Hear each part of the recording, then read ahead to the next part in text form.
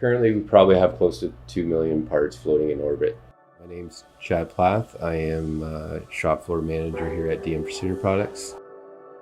DM Precision was incorporated around 1970. This full CNC machine shop. It was originally started in around 1960.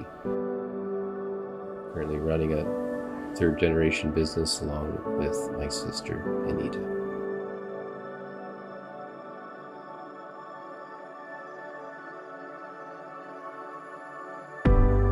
We serve the medical, science research, and telecommunication industries. My grandfather bought our first Matsuura in 1986. We had multiple machines after that, and we just purchased our latest one just the last few months. We started using TruePath because of our latest machine tool, which was MX-330. We've seen the benefits of it right away, using especially in fifth axis work. For the short time we've had it in here, it's been a success. Verification and G-code verification. They're married together. Other softwares don't typically do that.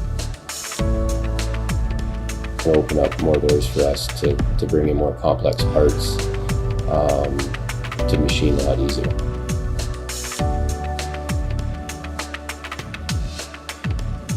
As far as DM, we're going to continue to serve our industries, serve our customers, and do the best we can.